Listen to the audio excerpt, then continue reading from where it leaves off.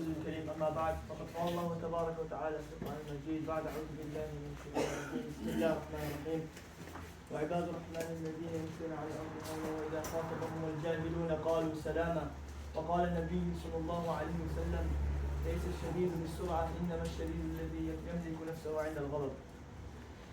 In today's juz, which is the juz of 19, we are reading Surah Furqan and Surah Shu'ara and Surah Namal. Previously, we have discussed the surah in terms of its, in its academic form, meaning that what Allah SWT is presenting for us throughout the whole surah. But today I want to highlight and I want to point out an ayah, just one ayah, that is very, it's in our today's time, we can refer to it very easily.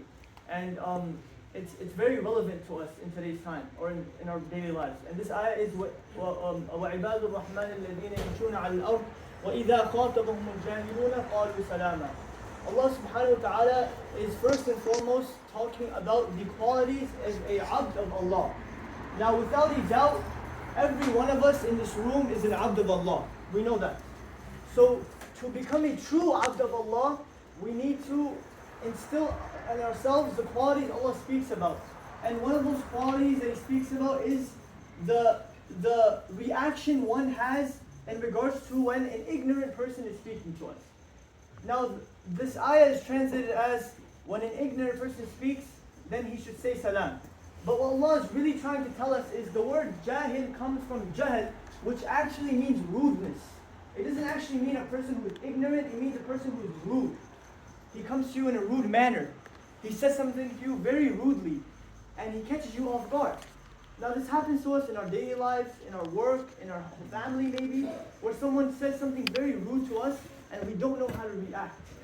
Allah says, قَالُوا سَلَامًا. That doesn't mean say salam and walk away. Because sometimes if you just say salam and walk away, it kind of escalates the situation, and it makes him even more mad. Because he's thinking like, who's this guy telling me salam and walking away from me? So what Allah is saying is leave this confrontation, this thing you're having with his brother in a state of peace. And how does that happen? When someone stays silent. He doesn't escalate the confrontation, he de-escalates it by staying silent. And silence doesn't mean weakness. Now people have this struggle that sometimes if I always stay silent, I might become a punching bag. I might be someone who's considered weak, so everyone's going to pick on me. And if I don't speak up, then how am I going to defend myself? There's a story of Imam Shafi'i. People came to him and they told him, they said, قَالُوا صُمْتَ وَقَدْ خَصَمْتَ. He says that you stay silent when people are criticizing you, when people are against you, they're scolding you. You stay silent. Why do you stay silent? Why don't you just say something to them? And he replies, says, قُلْتُ لَهُمْ إن الجواب لباب الشر مفتاحه. That a reply is a key to opening more doors of evil. That if I reply, worse things can happen. If I give this guy a reply, we can start fighting. It can get physical. So he says that the reply causes more danger. And he says, وَصَمْتُ. He says after that he says وَصَمْتُ عَنْ جَاهِلٍ أَوْ أَحْمَقٍ شَرَفُ. And he says that sometimes staying silent with these type of people, it's actually an honorable thing. And then he explains why. He says, أَمَا تَرَى الْأَسَدُ تُخْشَى وَهِيَ صَامِتَةٌ وَالْكَلْبُ يُخْسَى الْعَمَلُ وَهُوَ النَّبَّاهُ. He says that, don't you see a lion? A lion stays silent and it's revered, it's respected. There's honor in that lion. But a dog is always barking. He's always barking, and no matter how much he barks, he's always considered a dirty animal. So talking back doesn't always mean that you're stronger. The louder someone is in an argument doesn't mean he's winning. And the person who's quiet doesn't mean he's weak. It comes in another poem that he says, يَا خَاطِبًا السَّفِيهُ بِكُلِّ قُبْحٍ فَأَكْرَهُ أَنْ أَكُونَ لَهُ مُجِيبًا. He says, يَزِيدُ سَفَاهَةً فَأَزِيدُ عِلْمًا كَعُودٍ زَادَهُ الْإِحْرَاقُ طِيبًا. This last line is very important. He says that a person who's always being scolded, he's always being yelled at, or something's happening, he's being told off, or someone's arguing with him, if he stays silent, he's like, do you guys know the inset sticks, the agarbatti? that when you light it up, it smells good? He says that كَعُودٍ زَادَهُ الْإِحْرَاقُ طِيبًا. He says the more this stick is being lit with fire, the better it smells. He says that person who's always being scolded, the more he stays silent, the more beautiful he becomes in the eyes of people. The more people will love him. The more people will appreciate him if he stays silent.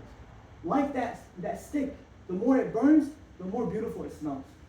This is what Imam Shafi'i is saying in his poem. So this idea of composure, it's called hilm, being tolerant with people, is a quality of the Prophet ﷺ. The Bedouins would come and they would yell at him and they would call him by his name, "Oh Muhammad, oh Muhammad," and he would be tolerant with them. This was what made him so beautiful. And this quality is very hard to bring. The Prophet says in the hadith, "Laysa shadidu bisur'a." The strong one is not the one who can talk, who has the best comeback, or who is the strongest. The strong one is the one who can control himself when he's angry. And Ali bin Abi Talib says that the first gift a person is given when he has this quality of being tolerant with people, the first gift he's given is that يَكُونَ النَّاسُ أَنصَارَهُ عِنْدَ الْجُهُولِ. That the more he stays silent, such people start loving him, that when someone scolds him, or when someone says something to him in a rude manner, he doesn't even have to reply. People are there to reply on his behalf. Angels are there to reply on his behalf. Angels. Allah sets angels for this person to reply on his behalf. Now someone comes up to you, "Brother, why do you pray 8? Why don't you pray 20?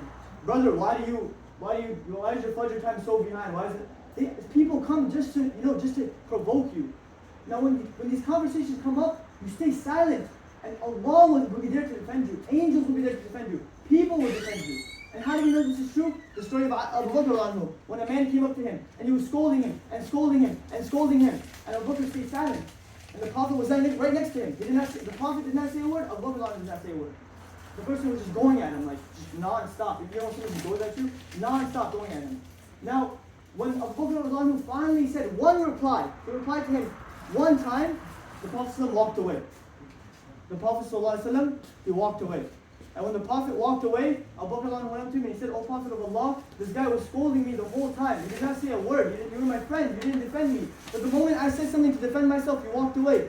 He said that for every second you were silent, the angels were defending you on your behalf. The angels were on your side.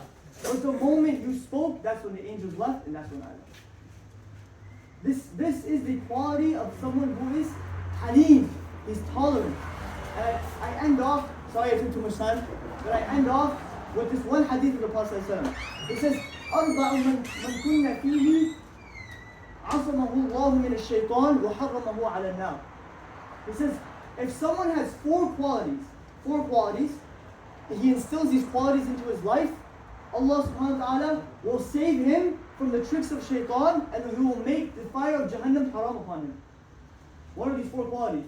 He says, مَنْ مَلَكَ نَفْسَهُ عِنْدَ الرَّغْبَةِ مَنْ مَلَكَ نَفْسَهُ عِنْدَ الرَّهْبَةِ مَنْ مَلَكَ نَفْسَهُ عِنْدَ الشَّهْوَةِ مَنْ مَلَكَ نَفْسَهُ عِنْدَ الْغَضَبِ. Four things that you control. The first thing is raghba, desire for dunya. You control that. Second is rahba. At the time of fear, when you're fearing, COVID, oh my God, COVID, I can't go to the masjid. COVID's around, I can't go to the masjid, I can't pray. I can't do I can't go for Jummah. Or I can't do this, I can't fast because I'm working. At the time of fear, you control yourself. The third quality, shahwa, at the time of desires. When you have strong desires, you control yourself. And the last one is عند الغضب. At the time of anger, you control yourself. If you can bring these four qualities into your life, shaitan, you will be saved from the tricks of shaitan, and Jahannam will be haram upon you. So Allah subhanahu wa ta'ala give us all the tawfiq to act upon what was said, and give us all the ability to benefit from this month as much as we can. Wa akhir da'wana alhamdulillahi rabbil alamin.